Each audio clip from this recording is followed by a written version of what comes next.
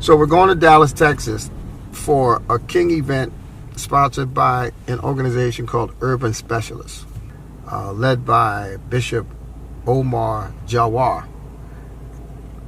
Represents an organization in Dallas of basically reformed gangbangers.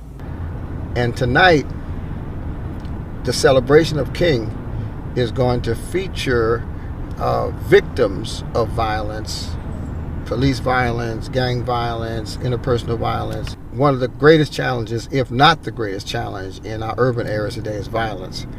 And like King in his day brought together people who were doing responses to urgent racial problems, segregation and voting rights in his day, Omar and his crew, they're bringing together people who are in various locations. They're doing the same work, and so they represent a new movement focusing on bringing peace where there's violence and healing where there's hurt.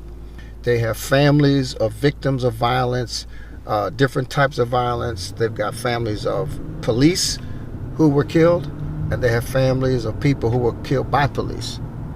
And hopefully by the end of this particular King event, people will be convinced that there's hope, that there's solutions, that there's a strategy to deal with this urgent need of violence. And certainly it's appropriate to do on the birthday of Dr. King, because Dr. King was a prophet of nonviolence and his antidote was love.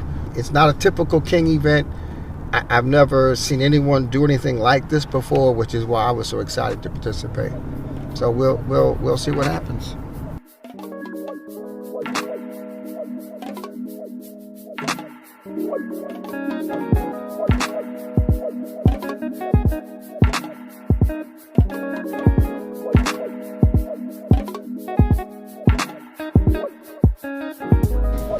Our people don't look the same. Our people don't dress the same.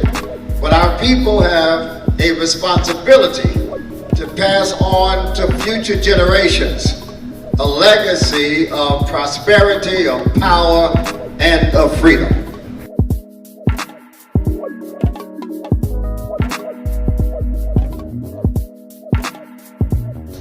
The urgent need we have today is to ensure that every child, every city, every school is saturated with safety, is permeated with peace, because violence, whether it's verbal violence, mental violence, sexual violence, gun violence, night violence, or just attitudinal violence, will undermine the fabric of a free society. And now tonight, on the birthday of America's great prophet, Dr. King, we have seen a coming together from Brooklyn to Baton Rouge of young men and women who have decided to make this country the America that Dr. King begged America to be.